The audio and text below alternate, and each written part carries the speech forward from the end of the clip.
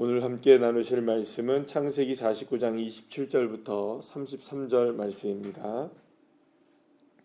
창세기 49장 27절부터 33절 우리 함께 합독하시겠습니다. 베냐민은 물어뜯는 일이라 아침에는 빼앗은 것을 먹고 저녁에는 움킨 것을 나누리로다. 이들은 이스라엘의 12지파라. 이와 같이 그들의 아버지가 그들에게 말하고 그들에게 축복하였으니 곧 그들 각 사람의 분량대로 축복하였더라. 그가 그들에게 명하여 이르되 내가 내 조상들에게로 돌아가리니 나는 햇사람 에브론의 밭에 있는 굴에 우리 선조와 함께 장사하라. 이 굴은 가나안 땅 마므레 앞 막벨라 밭에 있는 것이라. 아브라함이 햇사람 에브론에게서 밭과 함께 사서 그의 매장지를 삼았으므로 아브라함과 그의 아내 사라가 거기 장사되었고 이삭과 그의 아내 리브가도 거기 장사되었으며 나도 레아를 그곳에 장사하였노라. 이 밭과 거기 있는 굴은 햇사람에게서 산 것이라. 야곱이 아들에게 명하기를 마치고 그 발을 침상에 모으고 숨을 거두니 그의 백성에게로 돌아갔더라. 아멘. 할렐루야. 오늘 본문에서 우리는 정말 파란만장한 인생을 살았던 이 야곱의 삶이 이제 드디어 이제 끝을 맺는 것을 보게 됩니다. 사실 야곱의 이야기는 실제적인 이야기는 이제 베델로 올라가면서 모든 것이 다 마무리된 것 같아 보였지만 요셉의 이야기 속에서도 계속해서 마치 요셉의 이야기가 주인공임에도 불구하고 그 가장 중심적인 주제 가운데 하나로 드러났던 사람은 여전히 누구였습니까? 야곱이었고요. 오늘 본문에서 드디어 이제 야곱의 인생이 다 마무리가 되는 것을 보게 됩니다. 창세기에서 보게 되면 야곱이 굉장히 많은 분량을 차지하는 이야기로 나오게 되는 것을 보게 된다면 어쩌면 창세기의 가장 중요한 인물 중에 하나가 어쩌면 누구라고 볼 수가 있을까요? 이 야곱이라고 볼 수가 있습니다. 그도 그럴 것이 야곱을 통해서 나게 된 12명의 아들. 오늘도 분명히 이스라엘의 12지파라는 이제 그 이야기가 분명하게 나오죠. 그죠? 그래서 이스라엘의 12지파가 왜 이게 중요하냐 하면 사실상 이제 출애굽기를 넘어가면서부터는 거의 대부분 중심의 이야기가 어떤 이야기로 바뀌게 됩니까? 12지파의 이야기로 바뀌게 되고 그들을 통해서 광야를 어떻게 걸어갔는지 또 그들을 통해서 어떻게 가나안 땅이 정복되었는지 또 그들을 통해서 이스라엘 왕국이 어떻게 이루어지게 되었는지의 이야기가 역사의 전면에 흐르기 때문에 사실상 이 이스라엘의 12지파 이야기는 매우 중요한 이야기라고 볼 수 있습니다. 그런데 그 이 12지파가 완성되게 된 원인, 이유 가운데 하나가 바로 이게 야곱이라고 볼 수가 있고요. 그리고 또 오늘 본문까지를 통해서 이제 베냐민까지 이제 맨 마지막 베냐민까지 12지파, 12명의 아들 그리고 또 이제 거기에 더하여 요셉의 두 아들까지 그렇게 해서 12지파가 이제 완전히 완성이 되게 되고 그들이 어떻게 축복을 받고 어떤 미래에 관한 일들이 펼쳐지게 될 것인지를 야곱이 이제 그 예언을 하게 되는 그런 장면들로 이제 마무리가 되고 드디어 이제 오늘 33절 말씀에 오게 되면 숨을 거두고 그의 백성들 그러니까 그의 조상들이죠. 조상들이 갔던 그곳을 향해서 가게 된 겁니다. 어떻게 보면은 오늘 이 본문에서 드디어 이제 야곱이 지금 말씀드린 것처럼 야곱이 이제 인생을 다 마치면서 그의 사명이 다 끝난 것을 보게 됩니다. 그래서 사실은 우리가 이제 그 시편에서도 고백하고 있는 것처럼 마찬가지로 저와 여러분이 이 땅 가운데 살아가는 것 자체가 사명이죠. 이 땅에 우리가 숨을 쉬고 있는 것이 사명입니다. 만약에 우리가 사명이 다하는 그날이라면 어떤 날일까요? 그날은 여기 있을까요? 우리가 천국에 있을까요? 천국에 있는 겁니다. 우리가 사실은 저와 여러분의 사명이라는 것은 하나님이 이 땅 가운데 우리에게 살게 하시는 그 동안은 모두가 다 하나님의 사명이 다 있는 겁니다.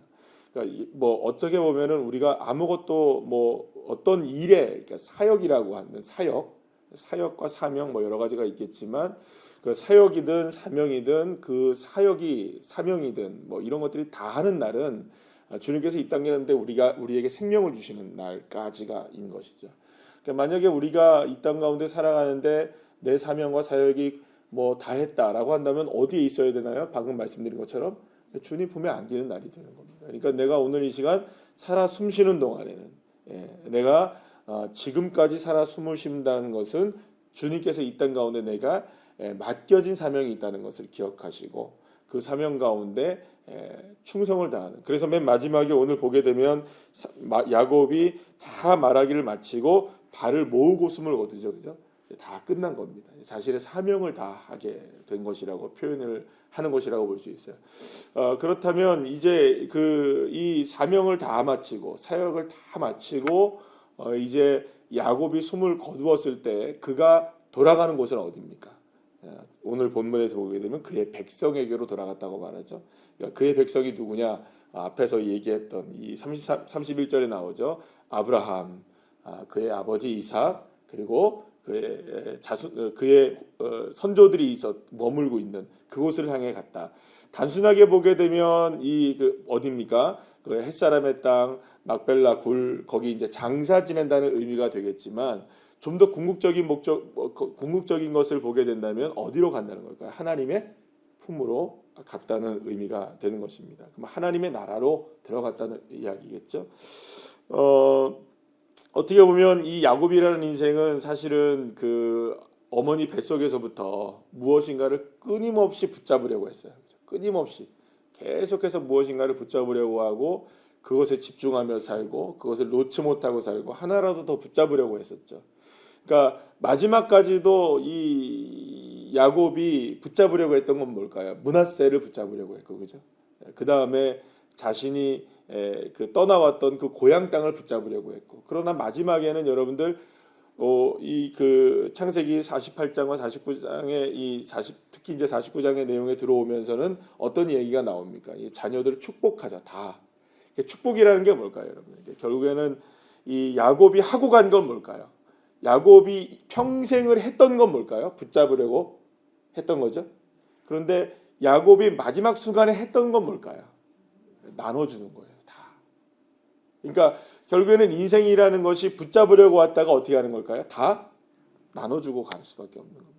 그러면 우리가 본향을 향해 가는 인생, 그러니까 결국에는 어머니 뱃속으로 왔다가 다시금 그 하나님의 품으로 돌아가는 인생이라고 본다면 무엇인가를 끊임없이 우리가 붙잡으려고 하는 인생이지만 사실 그 인생은 어떤 인생이 되어야 하느냐, 모든 것을 다 내려놓는 인생이 되어야 한다는 것을 야곱의 인생이 우리에게 분명하게 보여주는 것을 보게 됩니다. 결국에는 이 땅에 있어서 저와 여러분이 모든 것들을 다 내려놓을 수 있을 때, 그때야말로 우리의 삶 속에서 진정한 하나님의 나라를 맛보는 인생이 되는 것이라는 것을 우리가 알게 된다는 것입니다.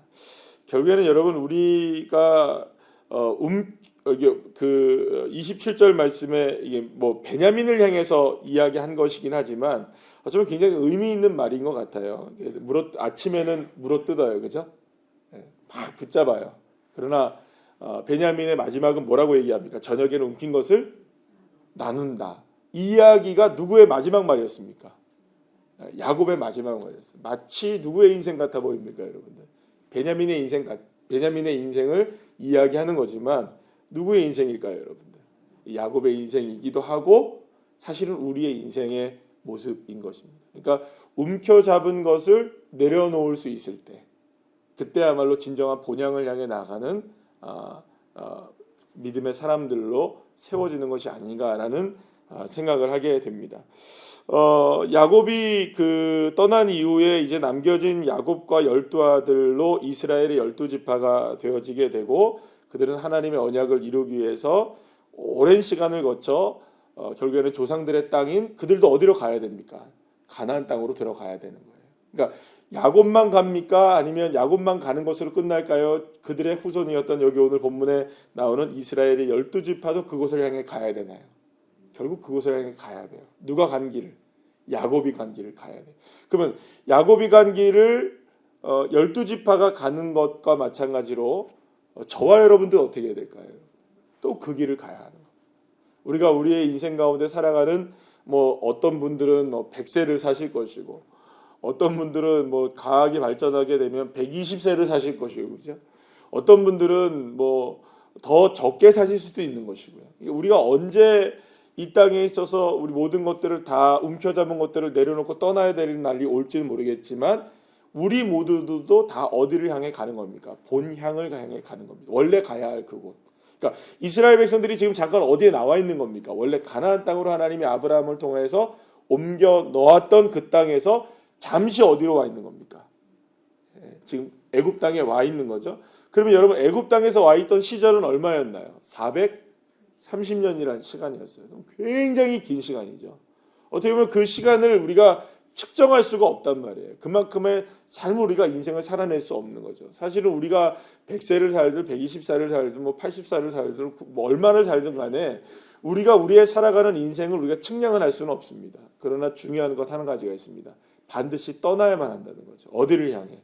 주님이 약속하시고 계획하시고 이끄시는 그곳을 향해 우리는 갈 수밖에 없는 인생이라는 겁니다. 그래서 이 야곱이 자신의 인생을 향해서 130년 살았습니다라고 바로에게 이야기할 때 뭐라고 얘기하는 한 가지가 있습니까? 험악한 세월 살았다고 얘기하는 바로 앞에 나의 나그네 길이라는 얘기합니다. 내 인생 나그네 길이었다.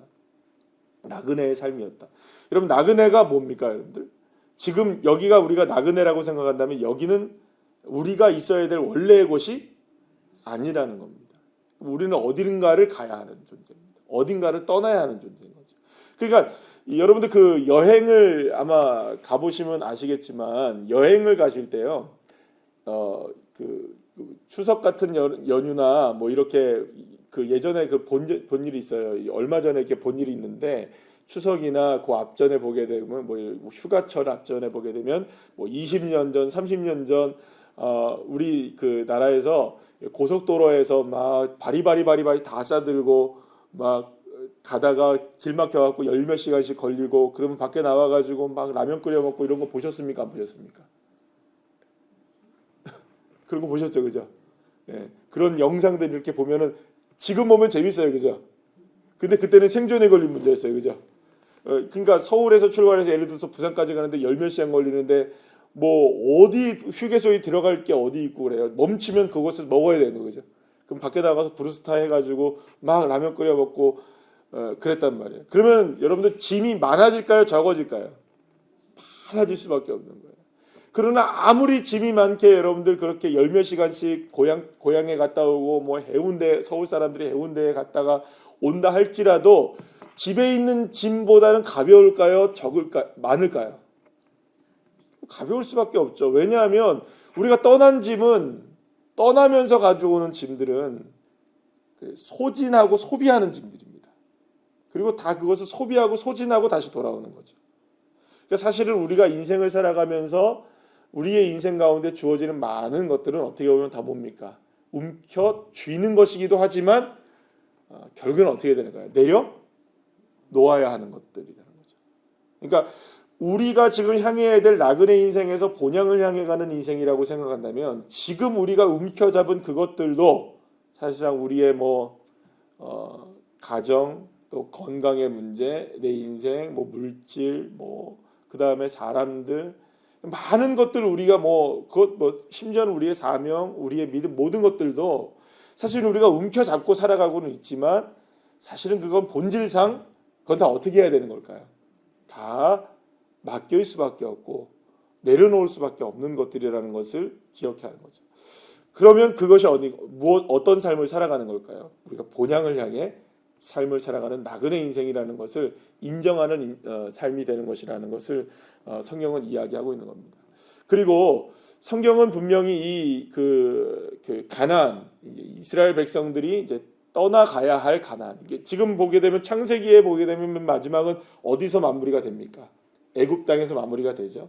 그런 애굽이 마지막입니까? 아니면 어디로 가야 합니까? 다시 가나안으로 가죠. 근데 가나안으로 들어갈 때 출애굽기에 딱 넘어가게 되면 가나안을 향해서 표현하는 한 가지 단어가 나와요. 그죠? 그 젖과 꿀이 흐른다는 얘기가 나와요. 그러니까 가나안이라는 곳이 젖과 꿀이 흐르는 이유는 뭘까요, 여러분들? 그곳이 정말로 막 젖이 나오고 꿀이 나오고 막 비옥하고 막 그래서 그럴까요? 그렇지는 않아요. 그러니까 그 땅이 젖과 꿀이 흐르는 땅이라는 의미를 갖고 줄 수 있는, 어떻게 보면 여러분들 이스라엘 백성들이 살던 고센 땅이 훨씬 좋을까요? 아니면은 이 그 가나안 땅에 그 이스라엘 지금 살고 있는 그 땅이 좋을까요? 고센 땅이 평야고요. 풀들도 많고 훨씬 더 비옥해 보이는 땅이에요. 거긴 평지고 굉장히 좋은 땅이거든요. 그런데 왜 거기가 젖과 꿀이 흐르는 땅이냐? 가나안 땅이. 가나안이 왜 젖과 꿀이 흐르는 땅이냐?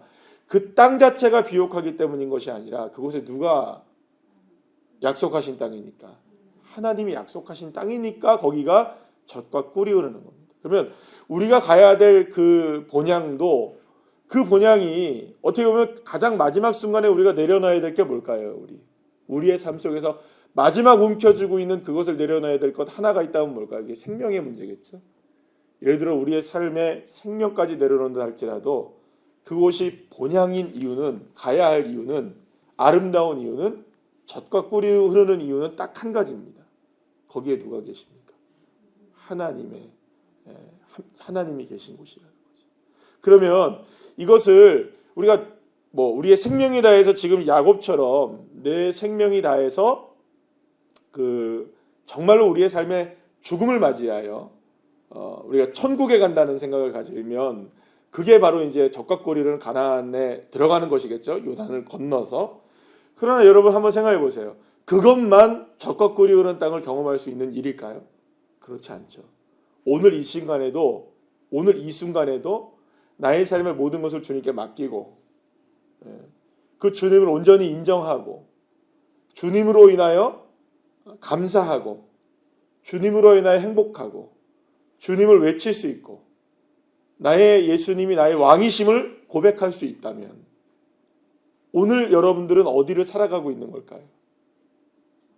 천국을 살아가고 있는 거죠.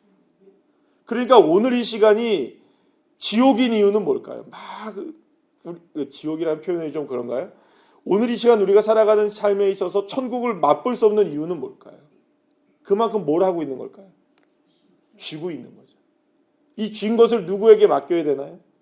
하나님께 맡기고 내가 오늘 주님이 왕이십니다를 믿음으로 고백하면 그것으로 인하여 우리는 어디에서 지금 삶을 살아가고 있는 걸까요?